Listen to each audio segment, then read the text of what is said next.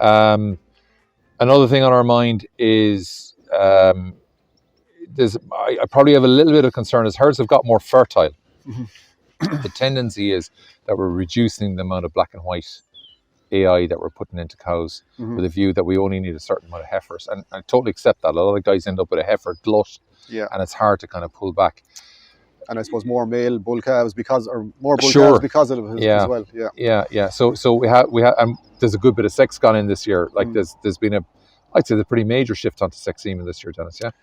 There is, it's up. Yeah, it's a significant increase, I would say. Yeah, from last year, so probably up 50% at least, anyway. Yeah, and so there's definite choices being made where we're bringing a bit more dairy beef into herds and so on. But we probably urge caution, guys. Make sure they make sure they have enough heifers on the ground in 2 years' time that they can milk. They're standing in the parlour milking. What's the risk? Where are we going to lose them potentially? I suppose with the sex, you're going to have a lower conception rate. That's a given. We accept that. So I suppose do the figures to make sure how many heifers are you actually going to get out of your sex semen, and you need to make up the balance with conventional semen. So I'd say the first thing is to do, how many sex straws did you use? Was it on heifers? Was it on cows? You're going to expect a lower conception rate. The purity is 90%, so take that into account, that 1 out of every 10 calves born on average is going to be a bull.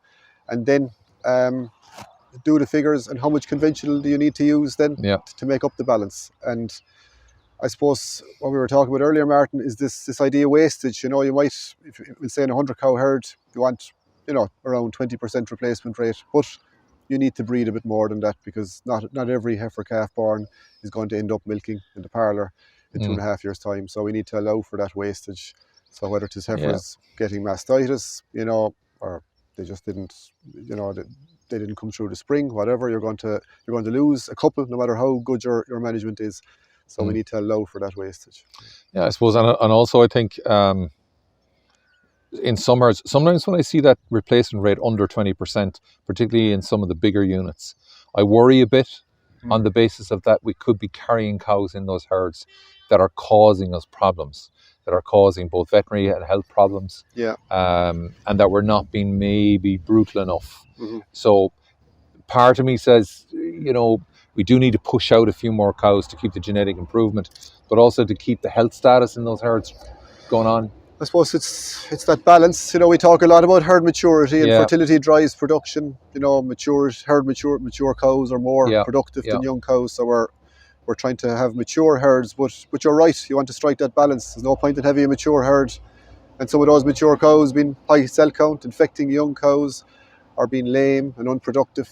So there's that balance to strike, I think, between having a healthy herd that's easy to manage and having maturity there as well. So trying to get the most production you can out of them. Yeah. So there's two sides to that sustainability picture. We want an older cow. Yeah. And that's been pushed a little bit now, isn't it? It is being pushed, and I can see absolute logic.